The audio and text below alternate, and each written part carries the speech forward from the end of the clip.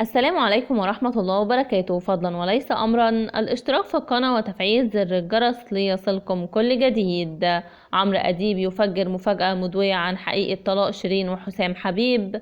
دعونا نتعرف على التفاصيل. كشف الإعلامي عمرو أديب حقيقة ما تردد بشأن طلاق الفنانة شيرين عبد الوهاب والمطرب حسام حبيب، والذي انتشر خلال الساعات القليلة الماضية على مواقع التواصل الاجتماعي.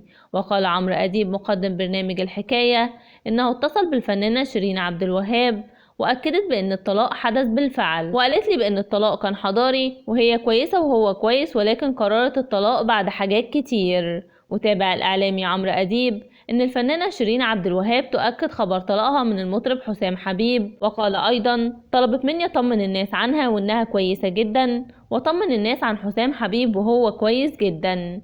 إلى هنا ينتهي الخبر. شكرا لحسن استماعكم ودعمكم المتواصل، والسلام عليكم ورحمة الله وبركاته.